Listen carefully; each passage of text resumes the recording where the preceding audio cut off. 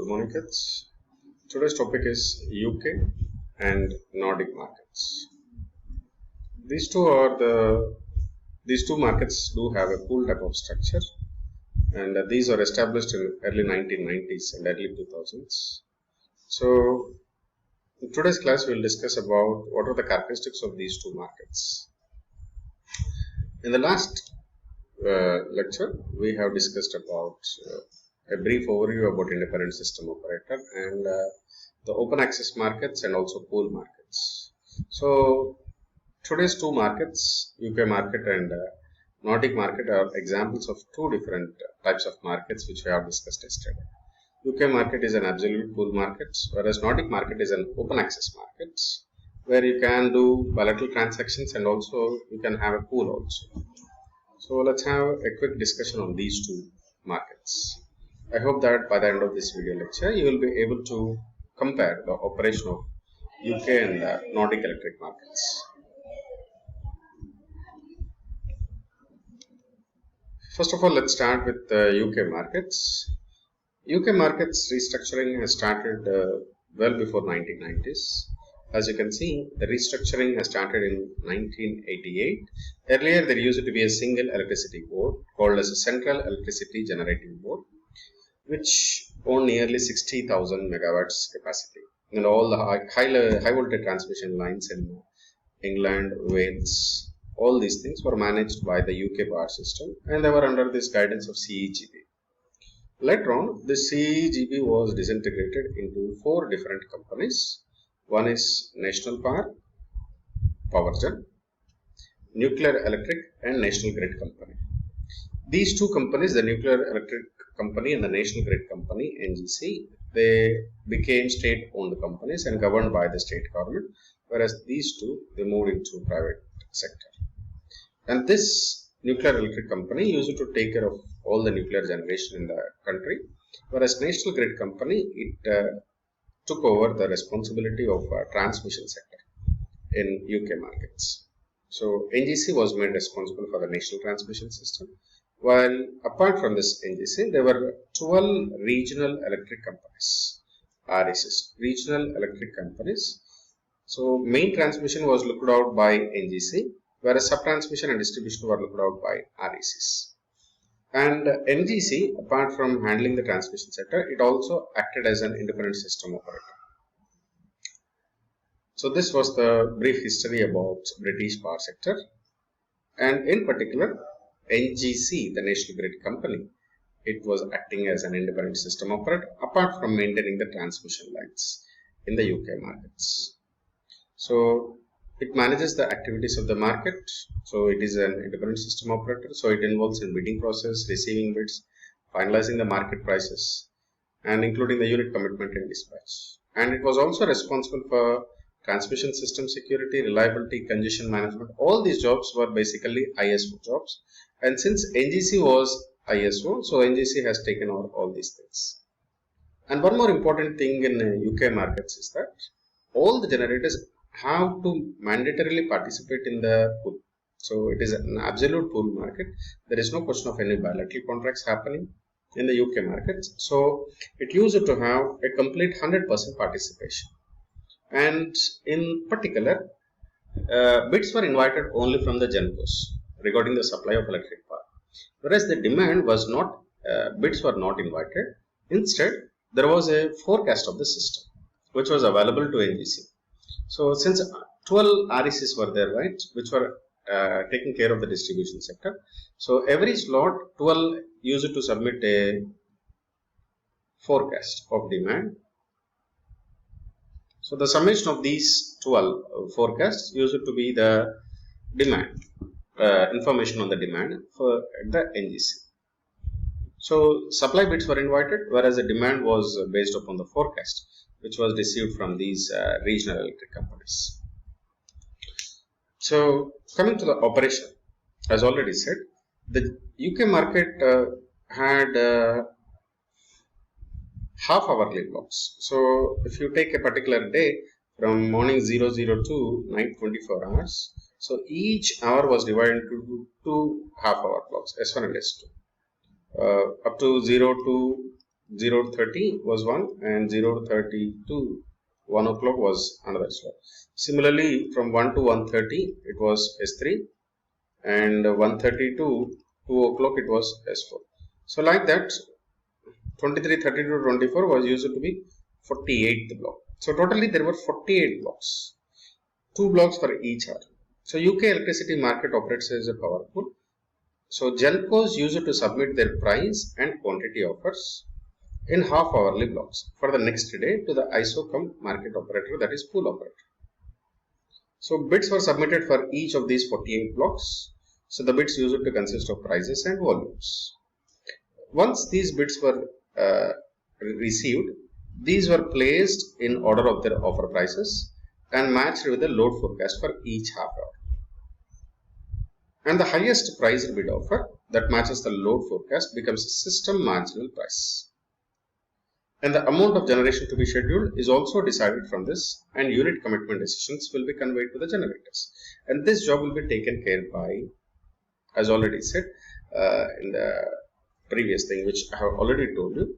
Yeah, this national grid company, which used to be the independent system operator, it was responsible for the collection of bids and finalizing the unit commitment and dispatch. So it used to be like this. The supply curve, after receiving the bids, we know that we will be calculating the accumulated supply. So the supply curve was something like this. This was the supply curve. And the demand curve was used to be just as a forecast. So this particular intersection of these demand and supply curves used to be, normally we call it as an MCP, but in this case it used to be SMP, system marginal price. So the system price so obtained, what we call it as a system marginal price, from matching the supply curve with the load forecast, is basically an unconstrained dispatch. Normally in power system, you see there will be so many types of constraints. Most of the times you will be having a shortfall of electricity. Maybe sometimes your generators may not be up to the mark, or you may experience a sudden loss of generators. So in that case, you need to maintain some reserve capacity. So that reserve capacity, ISO will be taking responsibility of maintaining that reserve. So the system price, any outages in the system operator expects shortfalls on some account, the system price is modified with this factor, loss of load probability based component, which is, we call it as a capacity payments. Okay, this component provides an incentive to the Gencos to maintain an adequate margin over the level of demand. Now let us suppose if somebody asks for additional power, then somebody is supposed to maintain an adequate reserve, right? So for maintaining that reserve, you will be getting an incentive. So every Genco will be getting an incentive for maintaining additional power. That is called as capacity payments. And this capacity payment, sometimes it can be very high. Let us suppose if the demand is too high and if there is an acute shortfall in the generation, then automatically what happens? The capacity payment component will be high. So capacity payment used to be inversely proportional to availability of power. So finally, what the generators will be getting? The generators will be getting this system marginal price plus an incentive for maintaining this reserves. So it was called as capacity payment. So this was what pool purchase price. This was called as pool purchasing price.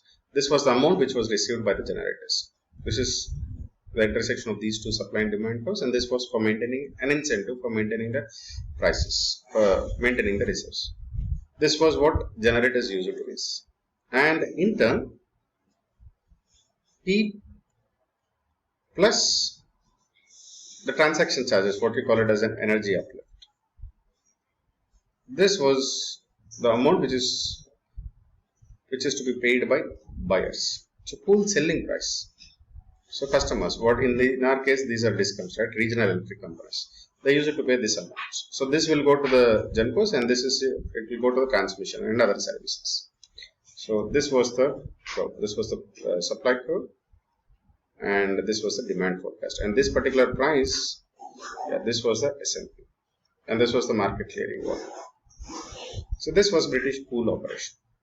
On the other hand, the Nordic electric market, it was an open access market. So coming to the history of this particular market, uh, it had a node pool, and parallelly there were bilateral transactions also carried out.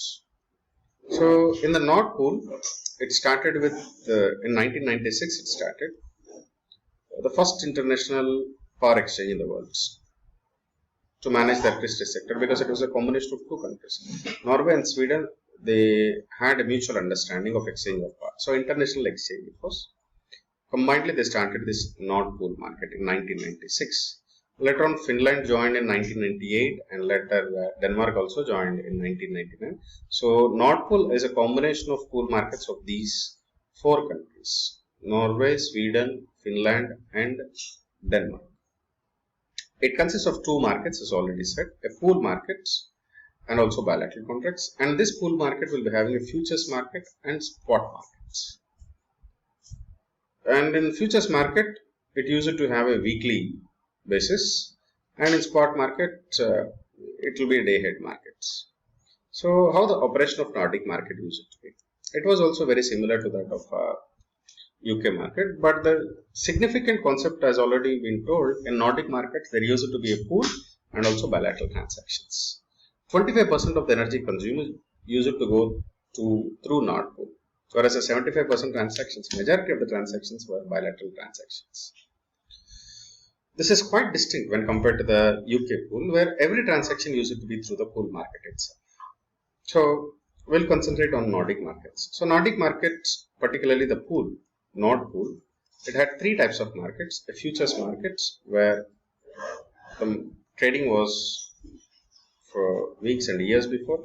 There was a day-ahead spot markets and an hourly short-term market also. The futures market, as usually, it won't be a physical market. It will be just like a financial market for hedging purposes. Whereas for day-ahead market and hourly short-term markets, it used to be in physical markets for trading of electricity. And here, the bids were invited from both the buyers and sellers. So you'll be having buyers bid and also sellers bids. So just as we have done, this is the demand curve and this is the supply curve.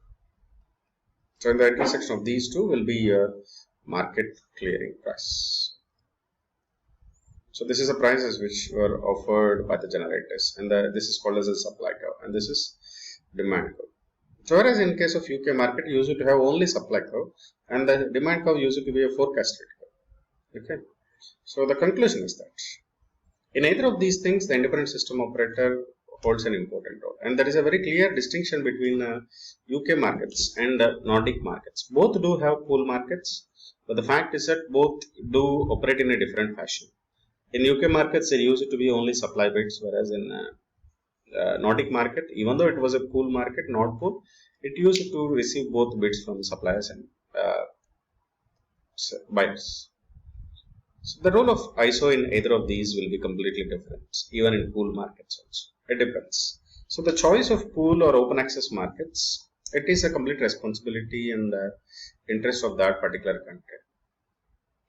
With this, I'll close this topic. I hope that now you are able to understand the concept of pool and access markets, and you are able to compare the operation of UK and Nordic electric markets.